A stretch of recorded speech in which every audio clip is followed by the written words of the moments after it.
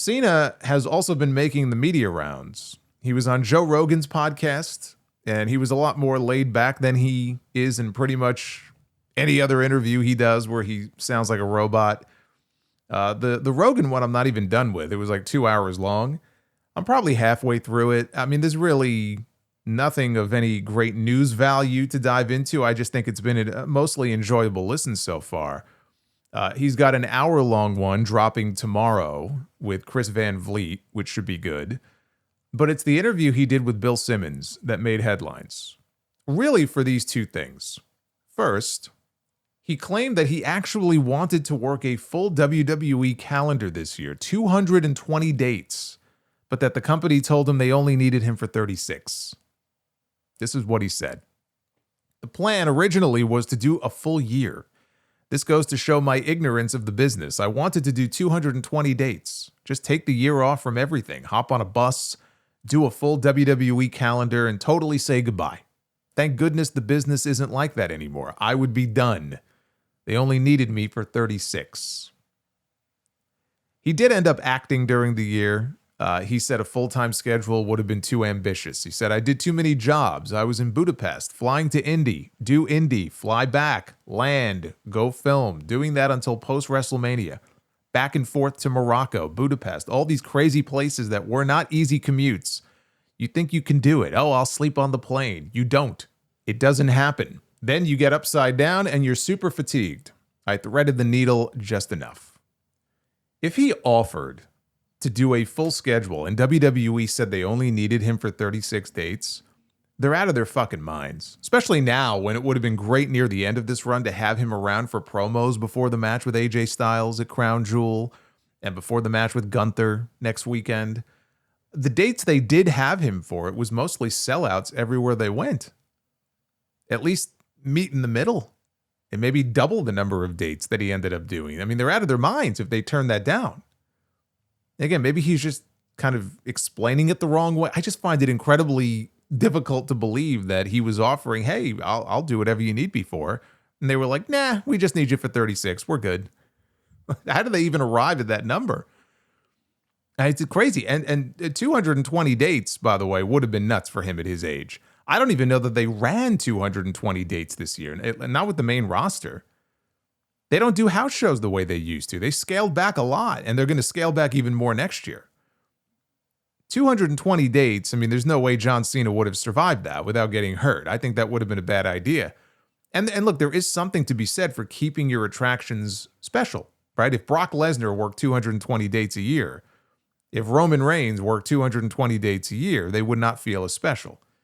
Cena should not be working 220 dates, but if they could have had him for 60 or 70, instead of 36, and they said no to that, that's a swing and a miss by WWE. And then he was asked about the heel turn. The failed heel turn. He won't use that word, but even John Cena, if you really listen to what he says, he knows it didn't work. He was very diplomatic in his response as to why it did not live up to people's expectations. He said he first talked about how Vince McMahon was never in favor of him turning heel, despite the mixed reactions that he was getting from the crowds. So this would have been, mid to late 2000s. He said, I think a lot of people were wondering what would happen if John Cena turned heel. Then when I did, it left a taste in people's mouths that they didn't like it. They wanted other stuff. Oh, I wanted a music change, a uniform change. I wanted him to act like this or that. I got 11 months to do this. 36 TV appearances. It takes 5 years to get a guy over regardless. If you turn him, it's going to take a year or two on television for it to really sink in, especially if you really want to get into it and be able to flip and then get a performer to get a nice flip on the other side when it's time to turn again. I don't have the time to tell the right story. I'm going to get back to that in a second. He said, when asked if he thought the whole thing was executed perfectly, he said, not at all. What is perfect? Here's what I do know. Perfect is never achievable. I think that's a sucker's chase. When I look back on it, could I have given any more than I did? Not a bit. I over-prepared. I tried to go to every corner of my emotional well-being. The cool thing is when the audience began to turn, we turned. They helped it out. That dynamic was a little bit ahead of schedule for, let's say, Cody and I, but it made for a great showing for the summer. Let's try John like this. I know we have limited time, but let's do something really big.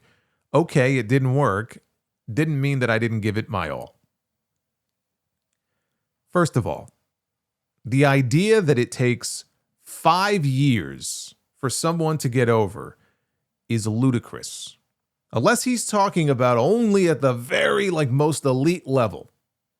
And even then, there is no one-size-fits-all rule for everyone. Same for this idea that it takes 2 years to get a heel turnover. Absolute nonsense. I could look and say, okay, I'm going to take the very last person that I watched as an example. Who's the last wrestler that I just watched? It was Jake the Snake Roberts. I just watched the Jake Roberts, Randy Savage stuff from 1991 because they uploaded it to the vault on YouTube. So this is a great example. Jake was a babyface, right, for many years, and then he went heel. One of the greatest heels, by the way, in the history of that company. It is criminal how short that run was. But he got over as the biggest heel in the company in the span of a few segments on television. You could see it. You could hear it with the crowds. That's just one example. Hulk Hogan flipped from face to heel in one night. It took all of 5 minutes for it to work.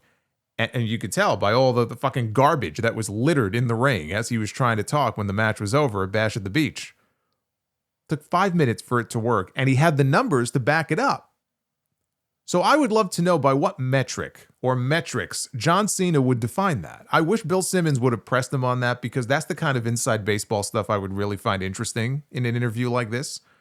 And I think Cena has tremendous insight to offer because he was on top for so many years. So I don't even know that John Cena himself really believes that. But let's say that he does. It begs the question. If he felt that way, why did he say yes when he was presented with the idea for this heel turn? The actual answer is because he rarely says no to anything. That's the actual answer. He'll just do whatever the fuck they tell him to do. It's like, okay, sounds good to me, boss. But he's throwing it back on Levesque and creative with that answer. He just has a nice way of saying it so as not to offend anybody. But that's basically what he's saying.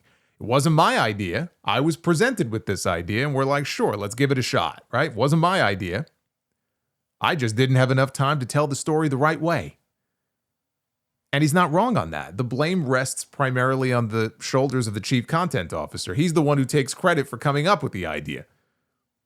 But there's blame on John Cena as well. No one was scripting out his "you people" promos, okay? Relying on "you people," especially someone of his caliber, someone of his status in the company, that is the lowest form of material that they could have gone with. "You people" would have made sense 13 years ago.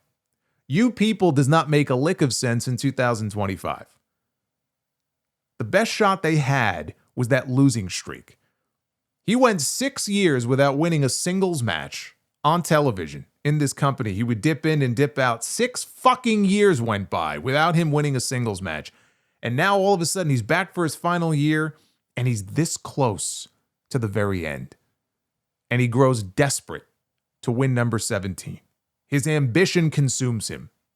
He is desperate to win number 17 and desperate to break the record.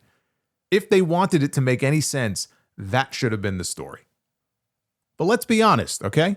As hot as that angle was at Elimination Chamber, and it would have made for some fun television had they fully committed to it, but a John Cena heel turn in his final year was never going to work. And the reason it was never going to work is because they were never going to go all the way with it, because they were too heavily invested in John Cena, the babyface, and they had too much merch to sell. He wasn't trying to be a cool heel like the NWO guys, right? The NWO sold plenty of shirts. Those shirts sold like gangbusters. That's not what he was trying to be. And the company wanted to make as much money as possible off this final run, and they wanted a new t-shirt in every city. That has always been the biggest barrier to turning John Cena heel. It's the reason Vince McMahon got cold feet on doing it in 2012. After Cena ran out and he had new gear made, he laid down a new track for his entrance, and then it didn't happen because they would be leaving too much merchandise money on the table. Good stories are not the driving force in this company, despite what they would have you believe. Making money is. And if that means going the cheap and easy route to make a buck, then that's what they're going to do. That was the fatal flaw in turning John Cena heel. Other than the timing, with it being his last year, and there were always going to be fans who just did not want to root against him and boo him because, they're buying a ticket to go see him for the final time. It's a little weird when you do that, but then you go and you boo. So that was absolutely part of it. But I'm telling you, the fatal flaw in turning John Cena heel, it wasn't The Rock. It wasn't Travis Scott. It was greed.